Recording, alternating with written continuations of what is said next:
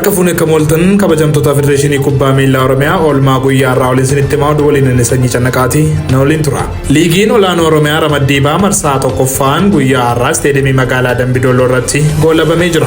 Dirree kolleejjii TTC irratti sa'aatii 3 irratti Jaardagaa Jaartee fi Limmuu Gannat gidduutti taphoota taasifameen galchii 3-2 Jaartee Jaardagaan injifachuun marsaa tokkoffaa liigii olaanoo Oromiyaan qabxii 13 argachuun sadarkaa 7ffaan goolabanii jiru.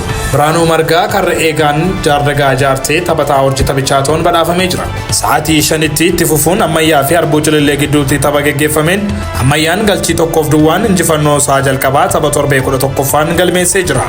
Kanumaanis marsaa tokkoffaa liigii olaanoo Oromiyaan qabxii 7 argachuun sadarkaa 12ffaan goolabanii jiru. Gazaany Taarikuus taphataa hojii taphichaatoon Ammayyaarraa filatamee jira.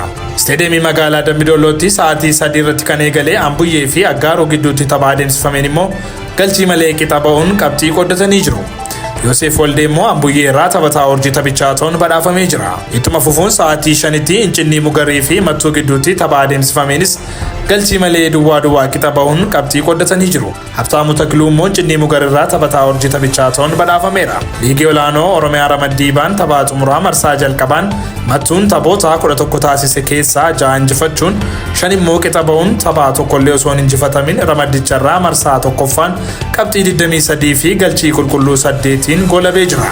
Tapha waaree boodaa sa'aatii 7 Bishaan Toophii fi Gabaaroobii gidduutti tapha adeemsifameenis galchii 2-2 qixa ba'uun qabxii qoodatanii jiru. Maaragee Waldalaabuu ammoo Bishaan Toophii irraa taphataa hojii taphichaatoon badhaafameera. Kanumaanis Gabaaroobii qabxii 20 fi goolii qulqulluu 5 argachuun sadarkaa 3ffaan yoo goolabu, Bishaan Toophii immoo qabxii 18 fi goolii qulqulluu 1 argachuun sadarkaa 4ffaan marsaa tokkoffaa goolabanii jiru.